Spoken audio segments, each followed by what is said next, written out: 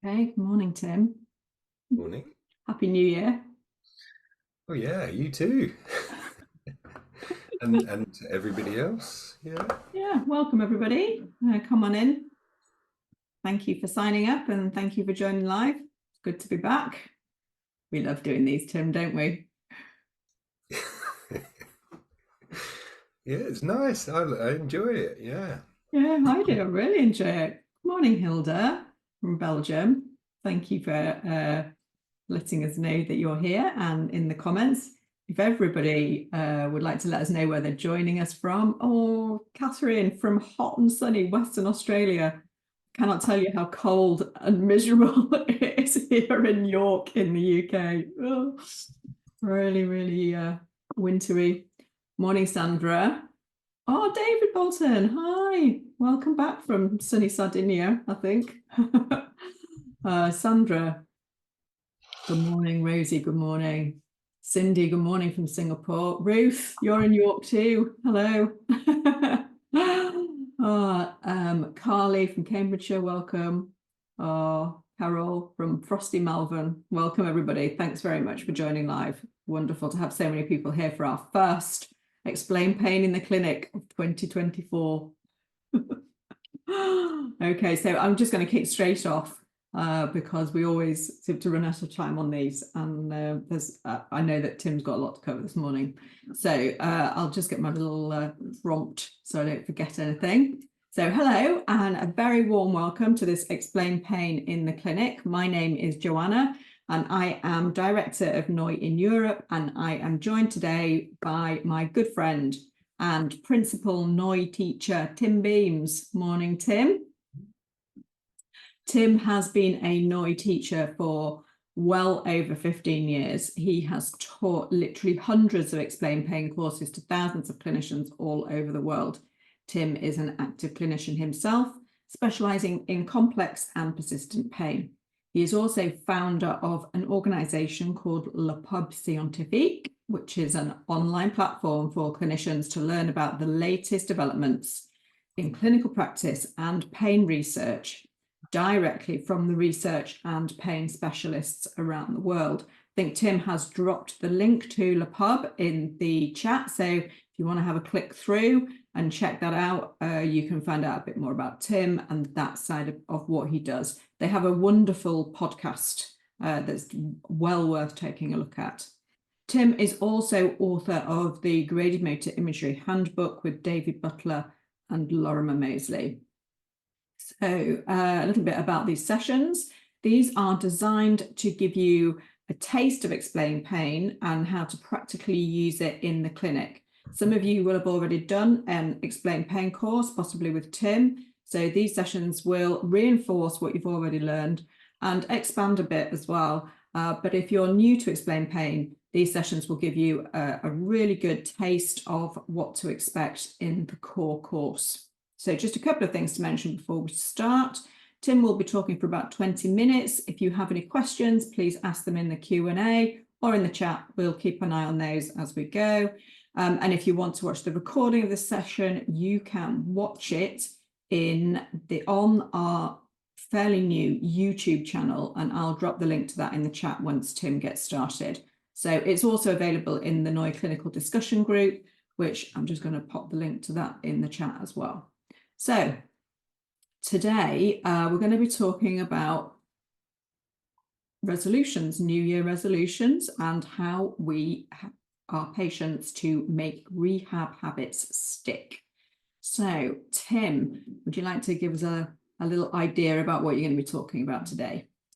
Yeah. Well, the idea came from New Year's resolutions, as you say, and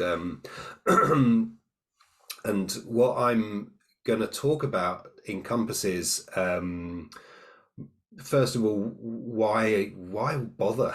Like, why bother making them in the first place? What you could consider if you are making some, and the direction here is obviously in terms of therapeutically, how you go about making them make more sense or have more value, how you can more easily commit and follow and maintain motivation for them. There are links as well to explain pain and the ideas around behavior change relating to explain pain. And then if we've got a bit of time, I'd like to just drop in some little tips and hints and things to make things uh, more achievable for everybody as well. So yeah, Amazing. that's my sort of general flow. Thanks very much. Looking forward to the conversation. So let's kick off. So New Year's resolutions. Yeah, Oh. well, like I always hated like the idea of New Year's resolutions. Like, can you imagine dry January or whatever it is in the UK at the moment? Because there might be a merit to going a whole month and not drinking alcohol for some people, brilliant. But if we're starting to think about what this means for a person recovering from pain, it habit and making resolutions relate to, I think, nicely to lifestyle changes, meaningful lifestyle changes. Um, and what we're starting to see more and more and more, Joe, you know very much about the troubles that a lot of us have. Essentially getting someone on board to shift and change and adopt new lifestyle habits. The research is saying that that's really important. I mean, lifestyle habits are important both in terms of the maintenance of uh, poor health, for instance, but also, you know, good or better or helpful habits are relating to recovery as well, and recovery strategies and well-being. So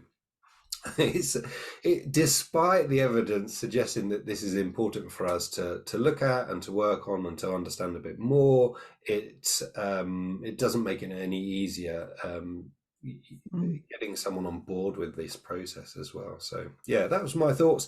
I personally, I'm not that we get any money for it, but there are a couple of books that I think are helpful to read: The Power of Habit and Atomic Habits. I don't know, for those of you who are readers, then check them out, because they're really, really helpful books. Charles Duhigg's book on the power of habit I read about 6 years, 7 years ago, something like that. But anyway, it sort of stimulated in me a need to test out some of the ideas in there and develop some new habits, some new healthy habits. So I was doing a lot of traveling at the time, and we were developing some courses in France, weren't we? And basically, I used to sit in the lectures with Marie talking French, and I thought I probably should be able to listen to some of it and understand a bit of it. And so I took it upon myself to start to learn French, and I managed some. I started. I thought maybe I could do it for a month, and then maybe I could do it for 100 days, and maybe I could do it for a year, and I lapsed at a year, and then I started again, and I'm about 1,500 days into a habit of learning French every single day, that's come about because of some of the tips and hints from the work around habit. So yeah, I thought I'd share a little bit about that. That was more about me seeing whether the habit was possible. God, this is a really important part of the work that I do with my patients, is that I feel there's sometimes it's really helpful to have taken yourself through something in order for you to see the challenges that people come against, uh, know some of the cheats, perhaps some of the ways that you could work that might make things a little bit easier. And one of the things, I've actually been adopting a newer habit more recently, where I've been intermittently fasting, and I've done this now for just over a year. So I feel like I'm in the place where I have evidence that suggests that when I commit to a new a lifestyle change, that I have enough resources in order for me to make that stick. And this is what we want to do with our patients. We want to be able to figure out, something that resonates enough with them. They see value, they see meaning, enough that they are going to take themselves regularly through a process. And when I'm saying regularly through a process, like a part of habit change means that you're going to do something, and for a lot of the time you're not going to see any change. Mm. You're not going to notice a difference. Fasting for 16 hours in a day, for me, I noticed no difference whatsoever really Mm. for a couple of months. And then maybe there was some small changes after that, and it was more like looking back over a year and saying, look, how am I feeling now relative to how was I feeling then? I could really see some bigger changes that stack up over time. So, so a part of what I'm talking about in relation to habits are behavior change. Mm. Um, and I was saying beforehand about the trouble, the difficulty sometimes that you're asking someone to shift and change the lifestyle, something that they've always done, something that is a part of their identity. Mm. Perhaps, I mean, let's say it's, relating to dry January, it might be that on a Friday and a Saturday I go out to the pub and I see my friends and we have a drink, and who am I going to be if I go to the pub and I'm the person who's not drinking and feeling awkward and what have you. So there needs to be, at the heart of it, there needs to be like a shift in who you see yourself as being. Mm. And that shift, that might be too big a shift, that you're saying, I'm just going to stop drinking. It might be more achievable to say that I moderate my drinking. I'm going to, when I go out and see my friends on a Friday and a Saturday, if that's what you can do, because Joe, can we do that? I'd love to be able to do that once every 6 months. Yeah. I might go out. So for those of you who are lucky enough to do this, choosing something that is actually more achievable is important. If it's so lofty, if it's so massive, chances of Mm. you struggling to be able to do it regularly is really, really high. So choosing something that you feel has some sort of added value and benefit to you and how you want to live your life, and well-being and lifestyle for me is what we're really talking about here. So Mm. choosing the right food, or moderating your drinking, or stopping smoking, or remaining active, or noticing when you're inactive, and learning about yourself, your pain, the behaviors that you can adopt that might be healthy over a period of time. I mean, there's so much there. Mm. Like, to do all of them straight away is a massive Mm. challenge, isn't it? So the person that I have, like, in the back of my mind, who we've spoken to a lot, is Richmond Stace, where he's saying it's not about the destination, it's about the journey. Mm. And making habits stick, and making healthy habits stick relating to pain and rehabilitation, is about being confident, comfortable that you've chosen the right way to go about it. Mm. And even though you might not be feeling phenomenally different and better, that that this is the right course to take, this is the right action to take. Mm. I love Um, what you said there, Tim. That's as a sort of starting point, that's a very practical approach, in that you're asking somebody to just moderate behavior, and to not, that idea of, you don't have to change completely, and don't set yourself a goal that's really difficult to achieve. So an achievable goal about moderating behavior rather than completely changing who you are. Yeah, and it's like, it's the successes of little things. Yeah.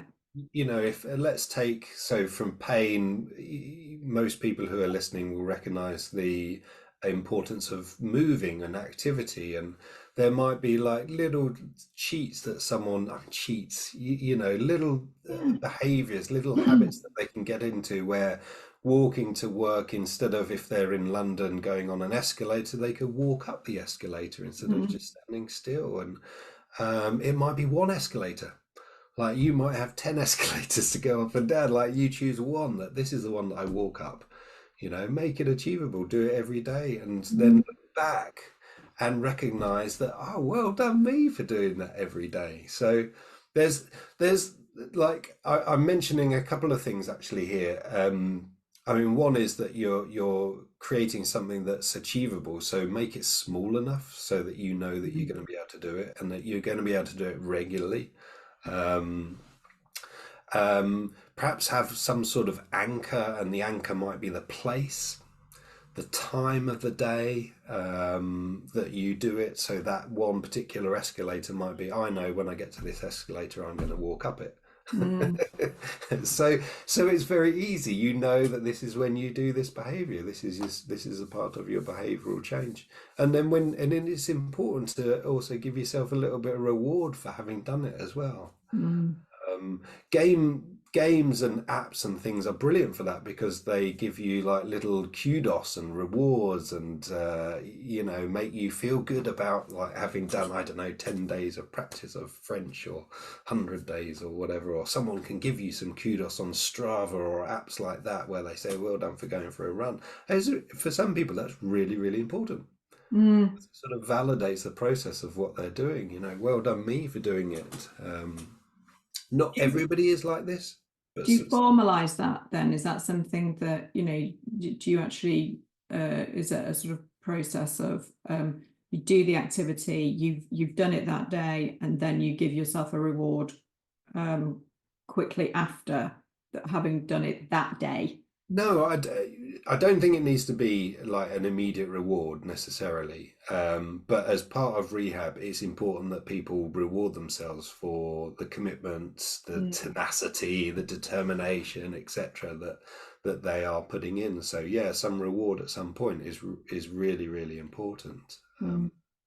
That's That interesting. we've sort of missed a little bit of a step, I suppose, which is we are saying it implicitly, I suppose, but is the relationship with explained pain, where someone needs to have reflected on what pain means to them, what pain means to their identity, why they should buy into some lifestyle change and habit change, relating to their experience, their current experience, and what they want to experience in the future as well.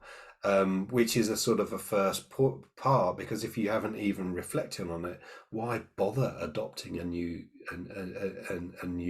behavior? So the reflective piece is a really important piece, before Mm. you even bother to start doing something. And explain pain are sort of, if you want, from a linear perspective, the next place to go then is to start trying things out, to start doing it, and to get some experience of what that might be like.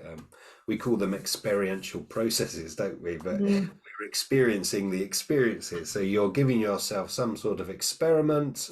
Maybe it is, walking up that one escalator. If you do it and you don't reflect on how well that went, and whether it's achievable, and whether you want to do it again, then it's a sort of empty Mm.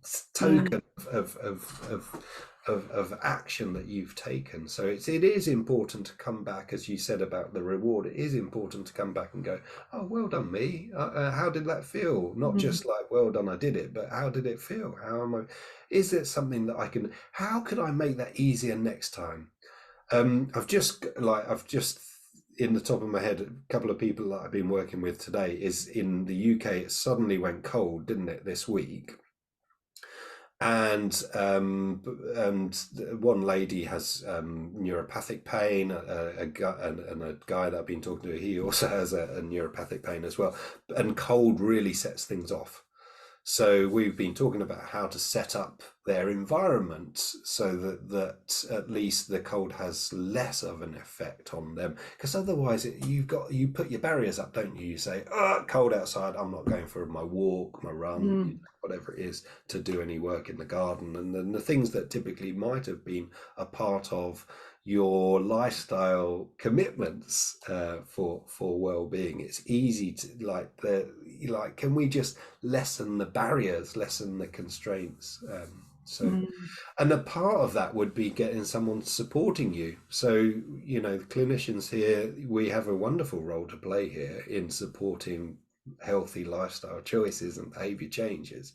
But, you know, how much time is that person with you for? Like a very small amount of time. You might be like a little voice on their shoulder, but who else can they get to come and support them through that process of change as well? So, Yeah. um, yeah, Yeah. it's you know, I'm sort of giving you a little bit of a stream of consciousness here, but there are sort of key features here that when you're choosing lifestyle change, it needs to be something that makes sense to that person. You know, why am I bothering to even do this? Yeah. That they see value in doing it as well, and and that they can commit to something and they're happy with the commitment as well. So it needs to be small enough and achievable enough that they're going to do it again. Um, that they perhaps anchor it with something else so that they know that this is when I do this particular habit, that there's enough support from people around them, that means that they can commit to it and they can do it each day. I'm thinking about like a 5 minute meditation in the morning, or that for some people that's too much. Can we make it a minute? Mm. So you don't have to be sitting down for an hour meditating to start with, make it something that's achievable. And then when you have achieved it, you make sure that you have a way of looking back, reflecting, noticing how it felt, how easy it was, whether or Mhm. not I need to make some changes, and at times give yourself rewards for the commitment that you've shown as well. Mm. So there's some definite strategies there that you've just summarized from what you've talked about. That it makes sense, that the person sees value, that it's moderate change, and that they can identify with that moderate change, not huge change, that there are anchors, that there's a support network, that they create the right environment, that there's reward at the end of it, and there's also a reflective process which takes place throughout the whole repetition of the habit setting. Yeah, and then like fitting this in with pain and health and well-being, little changes done over a long period of time can actually start to build into quite profound Yeah. effects in you, and there's a notion of organizational causality where hierarchically, you can start to do little changes and then they can start feeding up into more systemic, systems Mm. wide, body wide, person wide changes as well. and Mm. and and I did pick a few sort of habit changes, but it might be simple things like taking yourself to bed and reading for half an hour instead of turning the TV off, going up, going to bed. So sleep hygiene might be something that you can commit to, and you might enjoy the process of reading as well. So you Mm. might get the added benefit of not just taking yourself to bed, but the process of bringing yourself into the place to be able to sleep, and also being able to enjoy the reading a book as well. So, Um, Tim, can I just ask a question at this point? yes. What do you do? How do you support patients who are struggling to maintain the process, or they feel like they've fallen off the wagon? Yeah, yeah. That was something we were going to talk about, wasn't it? Look, the first thing is that a lot of people set the sights too high, and see when they fall off the wagon. Even in itself, it sounds like failure, doesn't it? Like you've done the wrong thing, and then we start blaming ourselves, and then it seems unachievable as well, unattainable. So I'm not even going to bother doing it again because I've fallen off. What's the point? So, the starting process, setting it up in the first place, is important.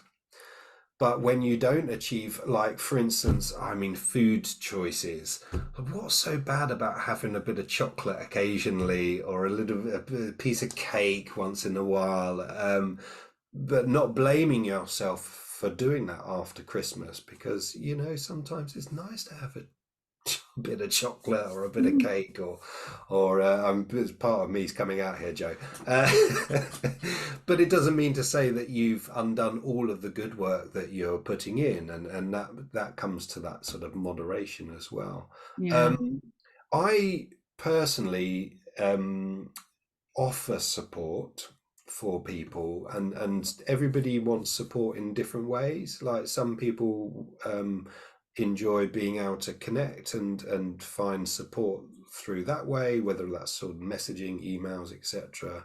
Other people just knowing that you're there, you're on their side, that you're supporting them through your intentions and your words, might be important as well.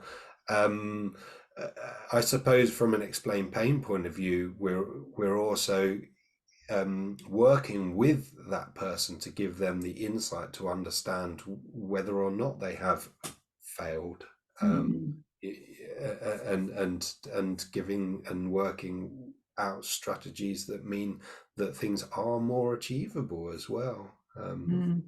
So if I've heard that right, Tim, explain pain actually is the support sort of wrapper around some of these strategies. That part of explain pain is that it gives people the tools and skills themselves to be able to create this process and also rescue themselves from it a bit. Explain pain done really well is empowering someone to make the right decisions at the right time, to know that, if it didn't go well in their eyes, that they can give themselves a bit of leeway. So having that sort of active strategies, and being able to be proactive about it as well. To know, I just got off a call with the guy I was mentioning before, and he'd reached out and he'd connected with a couple of people as well. So he knows that it's a difficult time of the year. So he's gone out proactively, connected with people and say, actually, I need a little bit more support right now. I mean, Mm. that is like, to me, it's like deep, there's some depth in knowledge and understanding Yeah. then for him. And for me, that's what explain pain is. It's not me doing it for someone, it's me empowering someone to be able to do it for themselves. At times I'm going to help a little more and support a little bit more, and maybe instruct sometimes. Coming up with some of those ideas, it's wonderful to work together, but sometimes you need to just give someone a little bit of help. Yeah. uh, And some this is ideas. one of the things about explain pain that isn't sort of widely understood, that it's so much more than just pain science, and that it is actually a complete approach to helping somebody with a lot of these sort of, I don't know what you call them, Tim, but like, the softer skills about self-support, and giving your patients the tools that they need to be able to support themselves through a process, rather Yeah. than it being something that you're doing for them. Yeah, yeah. And, Yeah. and I do see a couple of questions coming in, Oh, and I yes. haven't been able to read them fully. But relating to pain, very often people come and they see you, and in their minds, and how they communicate it is, what do you want to get from our time together? Is, I want my pain to go away, or I want my pain to get less. And Mm. what we know about pain is we can't definitively say yes, or whether or not we will be able to do that, but you're creating the conditions that means that you are in a healthier place, and it might mean that you're living with pain as opposed to in pain, Mm. as you are creating the right conditions for health and well-being. And a lot of people live wonderful lives with pain.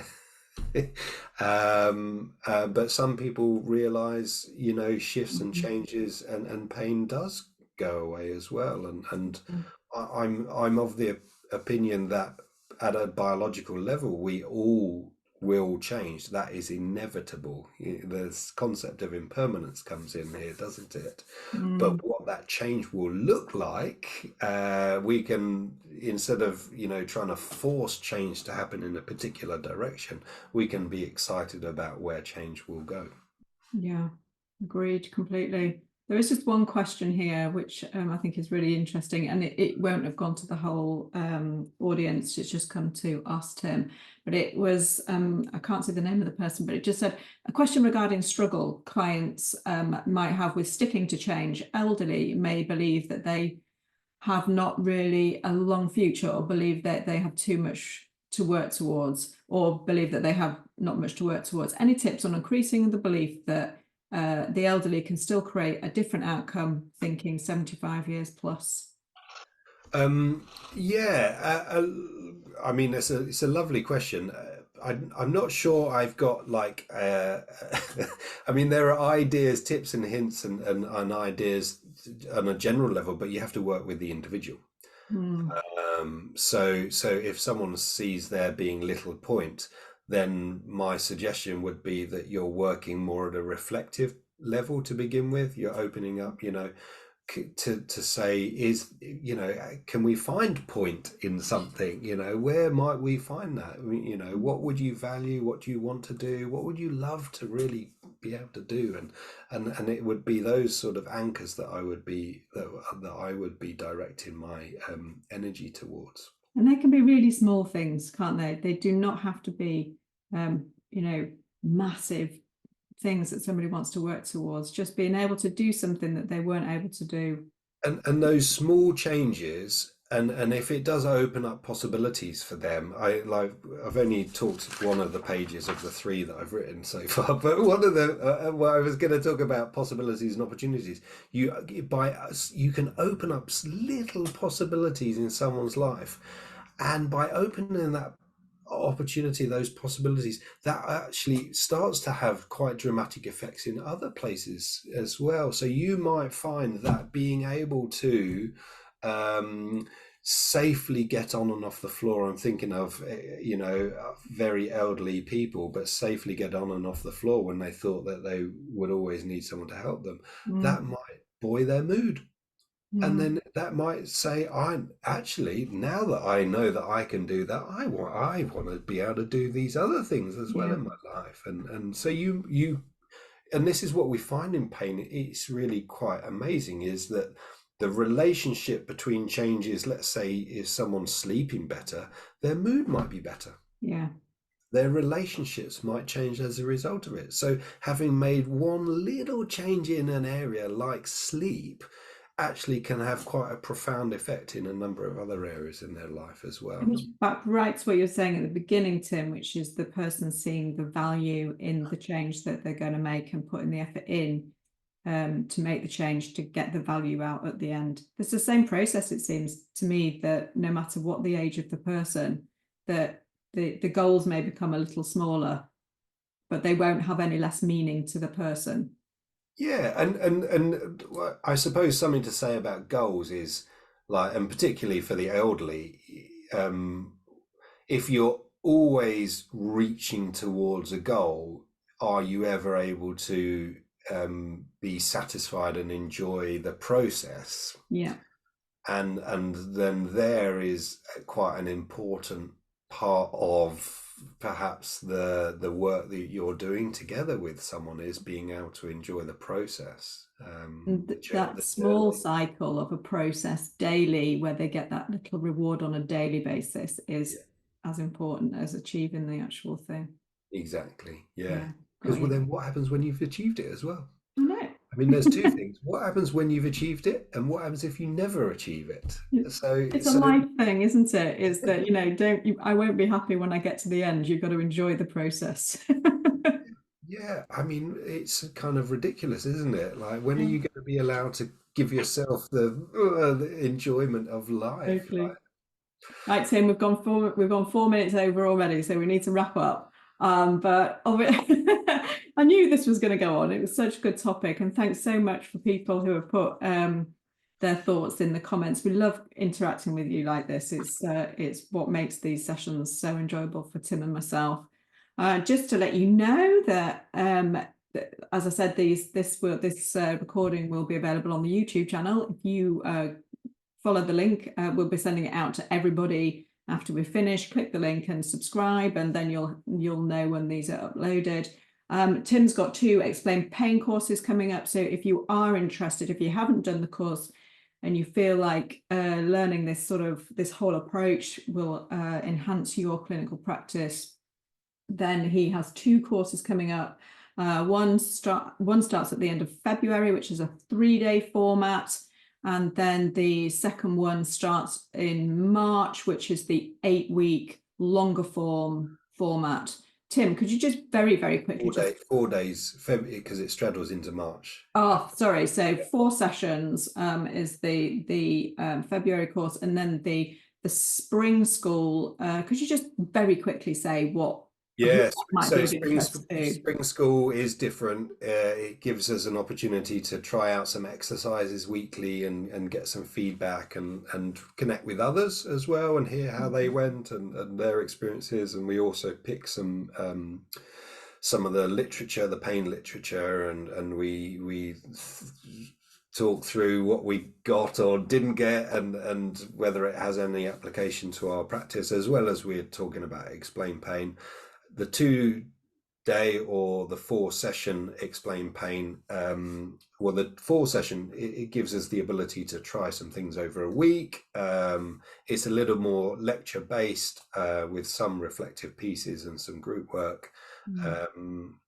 Yeah, so there's there's Slight differences. And if you slight feel like on the longer form course, you get to spend 8 weeks with Tim. the longer form course, I mean, that fits what we've been talking about here around behavior change, because in a week you aren't going to change an awful lot, and it normally straddles a holiday as well. So let's say it's 10 weeks you spend. So it gives you an opportunity to try things out for a little bit longer. Yeah. Okay. Thanks, Tim. And thanks ever so much to all of you for joining live and for sticking with us. Everybody who joined at the beginning is still here at the end. So thanks very much, guys. And there'll be another one of these coming up in 2 weeks' time. In the meantime, take care and we'll see you again soon.